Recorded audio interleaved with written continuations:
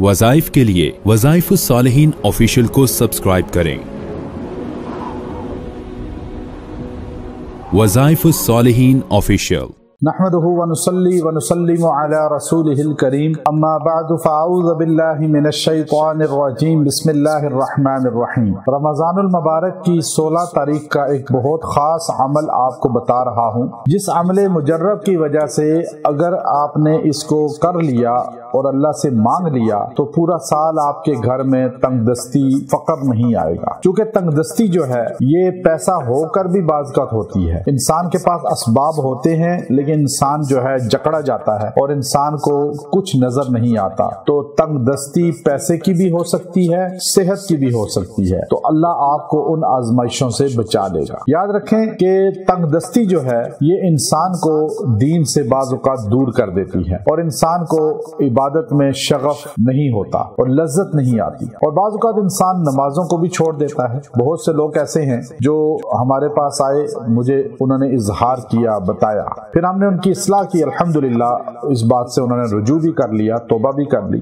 और बाज़ औक़ात आकर ये कहते हैं जी हमने नमाज छोड़ दी। मैंने कहा क्यों? कहा जी अल्लाह दुआएं कबूल ही नहीं करता, हम तंगदस्ती का शिकार हैं, खाने को हमारे पास नहीं, तो अल्लाह को हम नजर नहीं आ रहे। अब इस तरह के जुमले बोलते हैं। चूंकि ईमान इतना कमजोर हो चुका है, दौलत है तो अल्लाह को मानेंगे, अगर हर जरूरत पूरी हो रही है तो अल्लाह को मानेंगे। हम उन सहाबा इकराम के गुलाम हैं जिन सहाबा इकराम रज़वानुल्लाह ताला अलैहिम अजमाइन ने गुर्बत के अंदर, अफलास के अंदर पत्थर बांध के नबी करीम सल्लल्लाहु अलैहि वसल्लम की गुलामी की और अल्लाह को माना। बिलाल हबशी रजी अल्लाह ताला अन्हु, जिनको आज बच्चा बच्चा जानता है, और एक जजीरे के अंदर जो अजान देने वाला है उसको बिलाल कहा जाता है। अफ्रीका के एक जजीरे में हमने देखा। तो बिलाल हबशी, आप देखिए आज इतना बड़ा नाम कि आज हमारे मुल्क के अंदर एक पार्टी है और उसके सरबराह का नाम भी जो है बिलाल ही है। सिंधी जबान में उसको बिलावल और बिलाल एक ही होता है। तो इतना मुकद्दस नाम कैसे आज बड़े बड़े लोग रख रहे हैं, गुलाम बन रहे हैं हज़रत बिलाल के। तो बिलाल हबशी कौन थे? जिन्होंने तंगदस्ती के अंदर, गुर्बत के अंदर इस्लाम कबूल किया और उनको घसीटा जाता था मक्के की गलियों में और उनकी जबान पे लफ्ज़े अहद था कि अल्लाह एक है। मारे खाई,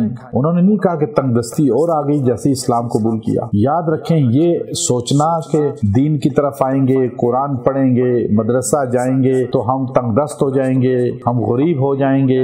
दीन इंसान को इज्जत दिलाता है। और बाद में सहाबा को अल्लाह ने इतना दिया कि सहाबा इकराम के मालो ज़र गिनती नहीं होते थे। 3 अरब 10 करोड़ 20 लाख खाली सोने की अशरफियां तरका छोड़ी हज़रत अब्दुर्रहमान बिन औफ रजी अल्लाह ताला। बाकी इसके अलावा बहुत कुछ था। जब दुनिया से गए तो इतना माल छोड़ा।